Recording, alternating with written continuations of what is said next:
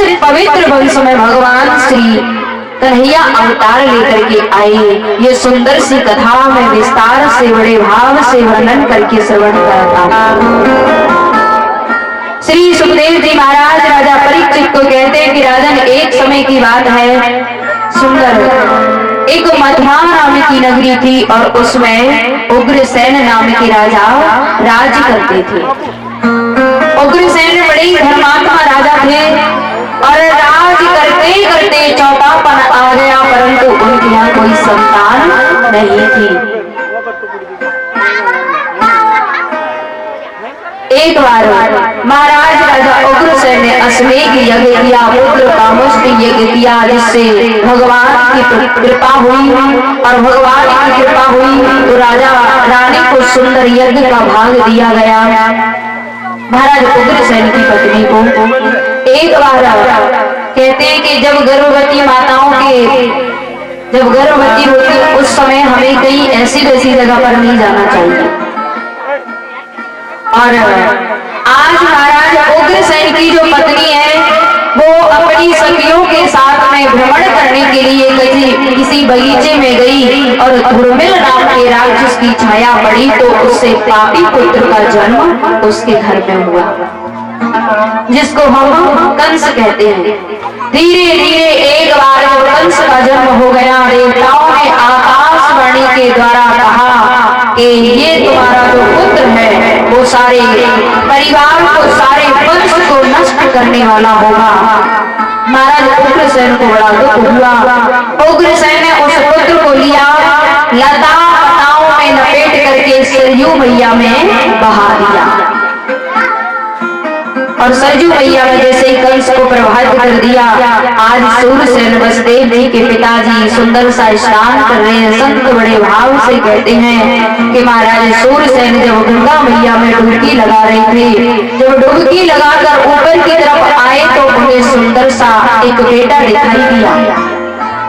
उन्होंने उस बेटे को लिया और लेकर के अपने साथ लेकर के आए और कहने लगे कि मेरे पुत्र, अभी मेरे एक बेटा था वसुदेव जी, ये मेरा दूसरा बेटा हो गया।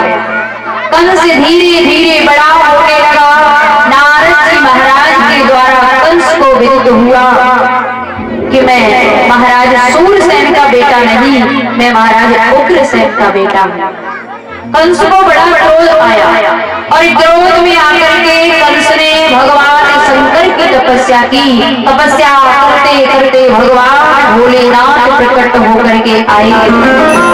भगवान भोलेनाथ कहते हैं, पुत्र मुझसे वरदान मांगो, मैं तुम्हारी भक्ति से बहुत प्रसन्न हूँ। तो कंस कहने लगा, महाराज संसार में मैं किसी के हाथ से मेरी पराजय ना हो, संसार में मुझे विजय का वरदान दो और मेरी मृत्यु किसी के हाथ से ना हो, ऐसा सुंदर सा वरदान मुझे प्रदान करो। भगवान भोलेनाथ कहने लगे, एक सुंदर सा धनुष दिया। भगवान शंकर कहते हैं, ये धनुष ले जाओ, इसकी पूजा करना और जिसने भी ये धनुष तोड़ दिया समझ लेना जो धनुष को तोड़ेगा वही से वही तुम्हारा वध करेगा। कंस लेकर के आया, अनेक सी सेना बनाई और मथुरा पर चढ़ाई कर दी। धीरे धीरे आज कंस ने राजकाज महाराज उग्रसेन से छीन लिया। कंस अपनी इच्छा के अनुसार राज करने लगा। कंस इस पृथ्वी पर पाप करने लगा। मां नहीं, मात पिता नहीं, देवा साधु सन करवावी सेवा, इस प्रकार का पाप कंस करने लगा। कंस के पाप में सारी पृथ्वी भयभीत होकर के और सभी देवताओं के पास गई। माता पृथ्वी कहती है, हमारी रक्षा करो, हमारी रक्षा करो। और सभी देवता आज मिलकर के भगवान के पास जाते हैं, परमात्मा से सुंदर सी प्रार्थना करते हैं। सभी देवता भगवान से प्रार्थना करते हैं, बड़े भाव से कहते हैं, हो जय जय सूर्य नायक जय सोकी नायक प्रणते पाले भगवत करुणा सोके मेरे श्रोते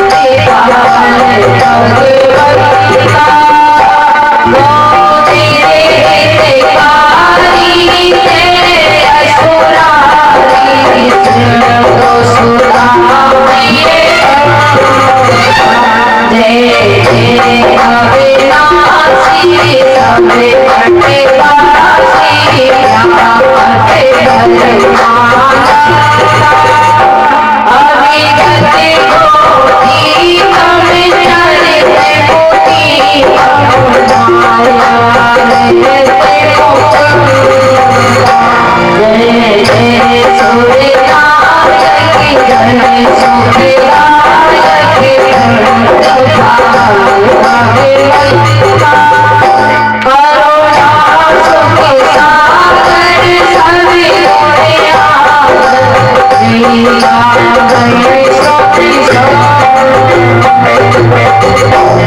और आज सभी देवता भगवान से दोनों हाथ जोड़कर के सुंदर सा निवेदन करते हैं, भगवान से प्रार्थना करते हैं, दोनों हाथ जोड़कर कहते हैं जय जय सूर्यनायक जन सुखदायक प्रतिपाल भगवंता। दोनों हाथ जोड़ करके आज सभी देवता भगवान की शरण में गई प्रार्थना करते हैं, भगवान से निवेदन करते हैं। और आज माता पृथ्वी कंस के अत्याचारों से भयभीत होकर के सभी देवताओं के पास आकर के प्रार्थना करती है, निवेदन करती है। सभी भगवान से निवेदन करते हैं तो भगवान कहते हैं सुंदर आकाशवाणी के द्वारा जन डरपो सिद्ध सुरेशा तुम्हें लागी धरो नरवेशा। भगवान बड़े भाव से कहते हैं, सुंदर सी आकाशवाणी के द्वारा भगवान कहते हैं मैं तुम्हारे हित के लिए इस पृथ्वी पर अवतार धारण करके आऊंगा, माता देवी और वसुदेव जी के घर वृंदावन करके आऊंगा और तुम्हारी विपत्ति का निवारण करूंगा। सभी देवता आज भगवान ने सुंदर सा वचन दिया, बार बार भगवान को सत्य सत्य कहकर प्रभु का निवेदन किया। और श्री सुखदेव जी महाराज आज बड़े भाव से कहते हैं, इधर भगवान देवताओं को वचन दिया और इधर कंस के मन में भाव आया। कंस की एक बहन थी जिसका नाम था देवकी, और देवकी का विवाह कंस ने श्री वसुदेव जी महाराज के साथ में किया। और कंस सोचने लगा कि देवकी मुझे बड़ी लाडली है, बड़ी प्यारी है, इसलिए मेरा मित्र जो वसुदेव जी है उसी के साथ में मैं देवकी का विवाह संपन्न करूंगा। कंस ने बड़ी धूमधाम से देवकी का सुंदर सा विवाह किया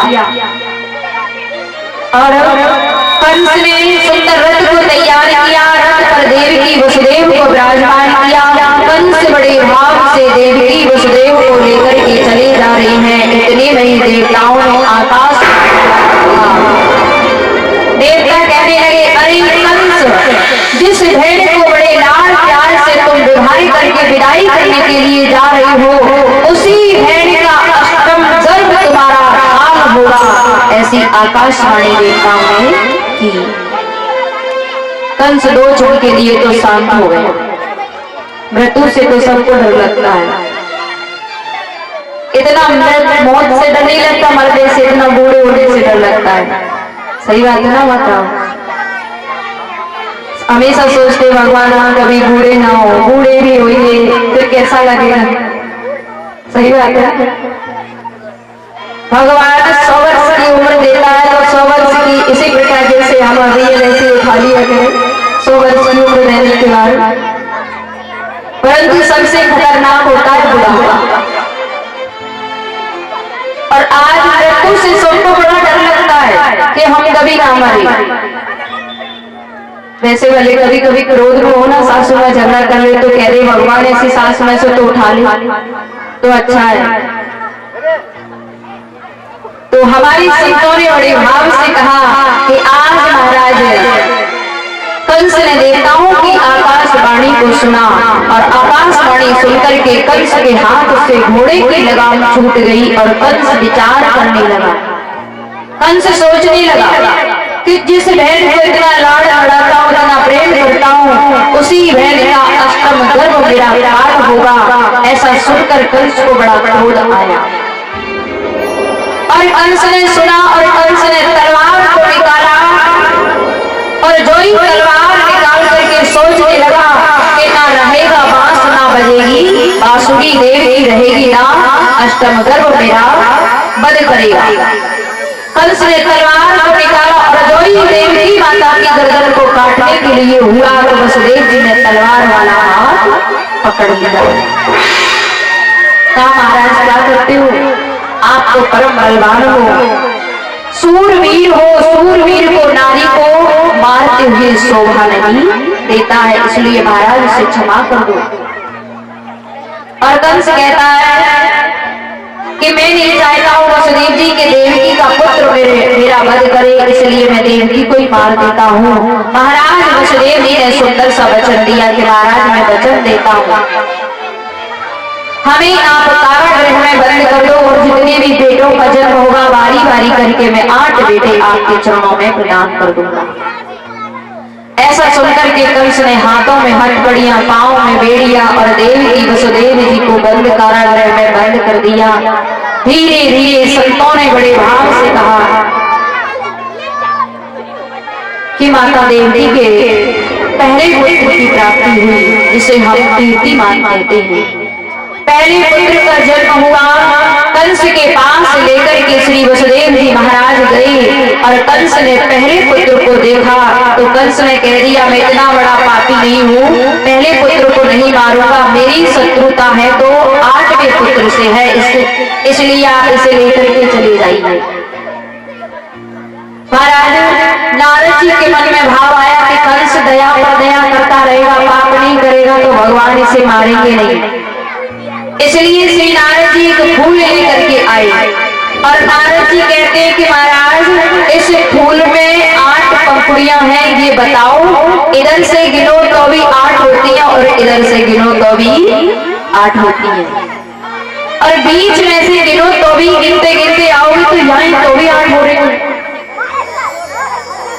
क्या बात है, बच्चों की आवाज देखो, माइक से पहुंचाना मुश्किल हो रहा है, वो बेचारे बीच में नीचे बैठकर झगड़ रहे हैं। थोड़ा उधर चले जाओ, उधर आराम से मस्ती करना। हमारे संत बड़े भाव से कहते हैं कि आज श्री नारद जी महाराज ने 8 पंखुड़ियों वाला पुष्प लेकर के आए, इधर से गिनो तो भी 8, बीच में से गिनो तो भी 8, पीछे से गिनो तो भी 8, आगे से गिनो तो भी 8 होते। कंस को सुनकर के बड़ा क्रोध आया और क्रोध में आकर के कंस बड़े भाव से कहता है कि जाओ वसुदेव जी को बुला करके लाओ। श्री वसुदेव जी महाराज का जो पहला पुत्र था कीर्तिमान, कंस ने उसके पैर पकड़े और जोर से घुमा करके पृथ्वी पर पटका तो उसके प्राणों का अंत हो गया। और हमारे संत कहते हैं कि माता देवकी के बारी बारी करके 6 पुत्रों का वध किया। 7वीं संतान के रूप में आज मेरे भगवान परमात्मा श्री कृष्ण के शेष नाग अवतार श्री बलराम जी महाराज माता देवकी के गर्भ में आए। लीला में भगवान आदेश करते हैं कि जाओ, अपनी योग माया से भगवान कहते हैं कि जाओ माता देवकी के गर्भ से खींच करके शेष अवतार बलराम जी को माता रोहिणी के गर्भ में स्थापित कर दो। और आज बलराम जी महाराज माता रोहिणी के गर्भ में स्थापित किए। कंस को पता चला कि अब तो मुझे मारना ही नहीं पड़ रहा, अपने आप ही मर रहे हैं, मारने की जरूरत नहीं पड़ेगी। हमारी संतों ने बड़े भाव से कहा धीरे धीरे भादों का महीना आने वाला है। कौन सा महीना माताओं? अच्छा, कथा कितनी माताएं सुन रही हैं? हाथ खड़ा करके बताओ। और घर की बातें अब आप नीचे कर लो। घर की बातें कितनी माताएं कर रही, जरा हाथ खड़ा करके बताओ। अब कोई नहीं करेगा तो देखिए, घर की बातें तो हम बाद में करेंगे, मैं भी करूंगी आपके साथ घर आने के बाद। तो अभी क्या है, भगवान आने वाले, इसलिए हमें पूरी तरह से भगवान पर ध्यान देना है, कथा को श्रवण करना है, जीवन में उतारना है भगवान भक्तों का कष्ट कैसे निवारण करते हैं। और वैसे तो मैं आपको हंसाने के लिए बोलती हूँ, मुझे पता है आप सब बड़े श्रोता हो, सभी माताएं, हमारे सभी दादाजी लोग, बाहर से पधारे सभी भक्त कथा के बड़े प्रेमी हैं। तो संतों ने बड़े भाव से वर्णन किया कि आज भगवान परमात्मा धीरे धीरे आज भादों का महीना प्रारंभ हो गया। भादों का महीना बड़ा अच्छा शुभ रहता है, बड़ा श्रेष्ठ रहता है। भादों का महीना आया और भगवान सोचने लगे कि अब मुझे माता देवकी के घर बेटा बन करके जाना है। भगवान बड़ी सुंदर सी तैयारियां करने लगे, सुंदर सुंदर तिथियों को निश्चित करते हैं। हमारे संत कहते हैं कि भगवान ने सुंदर अष्टमी तिथि को निश्चित किया कि मैं अष्टमी के दिन अवतार लेकर के जाऊंगा। अष्टमी तिथि बुधवार का दिन रोहिणी नक्षत्र भगवान ने सुंदर सा निश्चित किया। रात्रि के ठीक भगवान 12 बजे निश्चित करते हैं, मैं रात्रि में 12 बजे अवतार लेकर के जाऊंगा। और भगवान इधर सुंदर से मुहूर्तों को निश्चित करते हैं, इधर सभी देवता आज भगवान का सुंदर सा स्वागत गर्भ की स्तुति करने के लिए आए। सभी देवता माता के गर्भ की सुंदर सी स्तुति करते हैं और बड़े भाव से कहते हैं, हो भगवान जगत में आते हैं, जगती से हारे, जगती से हारे, भगवान जगत में आते हैं, जगती से हारे, जगती से हारे।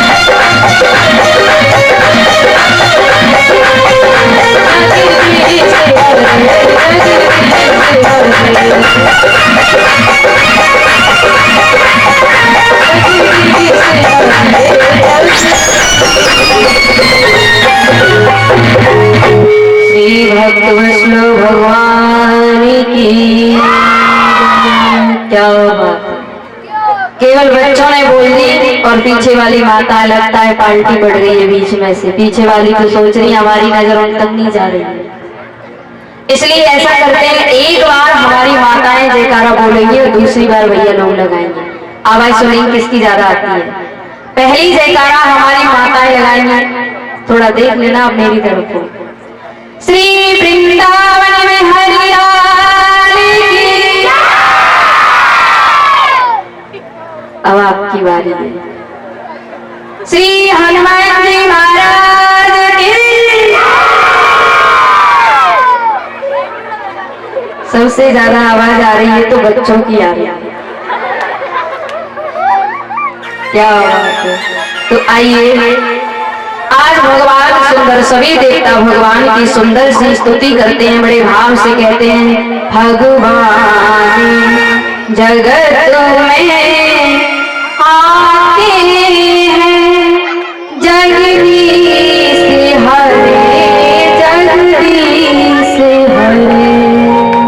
सभी देवता भगवान की मंगल में सुंदर सी स्तुति करते हैं। सभी देवता बड़े भाव से कहते हैं भगवान इस संसार में आपका बहुत बहुत स्वागत है। और भगवान बड़े भाव से सुंदर सुनिश्चित करते हैं कि मुझे कब अवतार लेकर के जाना है। आज सुंदर सा वही शुभ समय वही शुभ अवसर आ गया। ठीक रात के 12 बजे भादों के महीने में अष्टमी तिथि के दिन भगवान मन में विचार करते हैं कि सबसे पहले मुझे किसको दर्शन देना है। भगवान सोचने लगे कि सबसे पहले मुझे माता देवकी को दर्शन देना है। और कंस के मन में भय बन गया। कंस आज सुंदर गुजराती ताले जगह जगह दीवालों को सुंदर तैयार कराता है। कंस जगह जगह ताले लगाता है। कंस सोचता है मुझे मारने वाला होगा तो कैसा होगा। नारद जी कहकर चले गए कि कंस तुम्हें जो मारने वाला होगा वो काला काला होगा, मुरली वाला होगा। कैसा होगा? काला काला। तो कंस जहां भी काली चीज देखता है तो कहता है हटाओ हटाओ इसे, ये काला है, कहीं इससे मेरी मृत्यु ना हो जाए। सब्जी में जो जीरा रहता है काला काला जीरा खाना भी छोड़ दिया। कंस को बड़ा डर लगने लगा। हर काली वस्तु से कंस डरता है कहीं ये मुझे मार ना दे। और कंस के मन में एक चिंतन सा बन गया, मुझे मारने वाला होगा वो काला काला होगा, मुरली वाला होगा, काला काला होगा, मुरली वाला होगा। कंस डरने लगा। आज धीरे धीरे सुंदर सा भादों का महीना आ रहा है। कंस ने गुजरात है ना, गुजरात से ताले मंगवा करके जगह जगह एक जगह में 2-3 ताले लगवा दिए गए। नहीं ताले तोड़कर ना आ जाए, दीवार तोड़कर ना आ जाए। सारी दीवारों को मजबूत करवा दिया गया और पहरेदार बढ़ा दिए गए। और भगवान आज हमारे संतों ने बड़े भाव से कहा, भगवान अपनी योग माया को आदेश करते हैं कि जाओ सारे ब्रजमंडल 84 कोस में जाकर के अपनी माया को फैला दो, सबको योग निद्रा में लीन कर दो। भगवान की माया आई और धीरे धीरे आज भगवान की माया के वशीभूत होकर सभी पहरेदार सो गए। सारे ब्रज 84 कोस में जितने भी भक्त थे, श्री धाम वृंदावन मथुरा गोकुल बरसाना, सभी को आनंद नहीं नींद आ गई, सब सो रही है। और आज भगवान विचार कर रहे केवल माता देवकी और वसुदेव जी महाराज को निद्रा नहीं आई। भगवान ने मन में विचार किया और ठीक रात के 12 बजे भक्त वत्सल भगवान आज सुंदर माता देवकी के कारागृह में प्रकट हो गए। बोलिए भक्त वत्सल भगवान की। भगवान सुंदर माता देवकी के भवन में प्रकट हो गए। चार भुजाएं हैं। भगवान के संत चक्र पद्म गधा धारण किए भगवान आज सुंदर सा विराट रूप धारण करके प्रकट हुए। तो माता देवी भगवान से दोनों हाथ जोड़ करके प्रार्थना करती है। देवकी मैया ने कहा, प्रभु आप बेटा बनकर आए हो या पिताजी बनकर आए हो? क्योंकि बेटा तो छोटा सा होता है और आप तो इतना बड़ा रूप धारण करके आए हो। भगवान कहते हैं कि मैया मैंने सोचा कि मामा कंस जल्दी आ जाएगा तो मैं मार तो दूंगा, छोटा सा मैं क्या कर सकता हूँ। माता ने दोनों हाथ जोड़ करके भगवान की मंगलमयी स्तुति की, भगवान की सुंदर स्तुति की और भगवान से कहा कि बेटा छोटा सा रूप धारण करो। भगवान ने छोटा सा रूप धारण किया। संत बड़े भाव से कहते हैं, आज वसुदेव जी को भगवान कहते हैं कि पिताजी मुझे महाराज गोकुल के राजा महाराज नंद बाबा हैं और नंद बाबा के घर बेटी का जन्म हुआ है। उस बेटी को आप लेकर के आना और मुझे उस जगह पर सुला करके आना। वसुदेव जी महाराज ने एक टोकरी में भगवान को रखा और भगवान को रख करके श्री वसुदेव जी महाराज आज सुंदर जाते हैं तो भगवान को हाथ में लिया। हाथ की हथकड़ियां, पांव की बेड़ियां टूट गई, खुल गई। भगवान को अपने सिर पर उठाया और श्री वसुदेव जी महाराज धीरे धीरे आज महाराज कंस के कारागृह से निकलते हैं, जितने भी द्वार थे सब खुलते जाते हैं और भगवान को लेकर गंगा मैया के किनारे पर श्री वसुदेव जी महाराज आए। भगवान आज गंगा मैया के किनारे पर आए तो गंगा मैया ने देखा कि मेरे प्रियतम जिनके चरण से मेरी उत्पत्ति हुई वही भगवान आए हुए हैं। तो गंगा मैया ने आज अपनी तीव्र गति से चलना प्रारंभ कर दिया। वसुदेव जी महाराज गंगा मैया में प्रवेश किए। भगवान ने अपना चरण जो टोकरे में विराजमान है, भगवान ने चरण थोड़ा नीचे किया, गंगा ने चरण को छुआ और भगवान को लेकर